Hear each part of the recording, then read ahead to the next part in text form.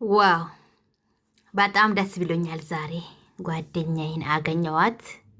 ጥፍት ብለ ነበረ እና ዛሬ ጁምአ ነው እንግዲህ በጣም በናፍቆት በጉጉት የሚጠብቃቸውን ጓደኞችን አግኝቻለሁኝ።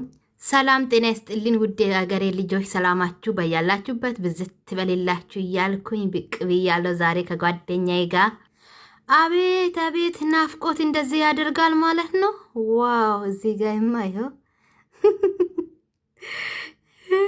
ማለት ነው። አዳዲስ ጓደኞችን እንደዚህ ስለተዋወቅኩኝ ማለት ነው ሁሌም እደሰታለሁ። ሁሌም ማለት ነው። የኔ ቆንጆ እስቲ ልስተካከልና እስቲ ሳሩን እኮ ዛሬ ነው አጸዳሁት። አይሹ ስላጣጣመን እንኳን በጣም ደስተኛ ነኝ። እውነት በስደት ላይ ምርጥ ጓደኞችን አግኝቻለሁ። በነገራችን ላይ በቃ ይሆዶላችሁን የሚታወሩትን አንድ ነገር በተለይ ከቤተሰብ ተለይተን ሪቀን እንደዚህ ስንወጣ ፈጣሪ ደግሞ እንደዚህ የሆዳችንን የምናወራ የምንተጋገዘው ጓደኞችን እንደዚህ ምርጦቹን ስላገኘሁኝ በጣም ደስ ብሎኛል። አንቺስ ምን ትያለሽ? እስቲ እኔን ስላገኘሽ በስደት ምን ተሰማሽ? እስቲ በትክክል እውነቷን ነው የምታወራው። እሺ እኔ እንደምልዬ ያለ እስቲ እኔን ስላገኘሽ በስደት ምን ተሰማሽ? ከምታስቡት በላይ በጣም ደስተኛ ነኝ። የሀገር ልጅ አግኝቼ ምንም ነገር ክፉ ነገር የማይወጣት እንጀራ ምን አለው። አመሰግናለሁ። አቤት ሞቀኝ። ደስተኛ ነኝ። እንደዚህ ያለ ጓደኛ እግዚአብሔር ይስጣችሁ። አሜን። አቤት ባልመጣው ጊዜ የሚገርማችሁ ነገር ከምንም በላይ በጣም ነው የምትናፍቀኝ።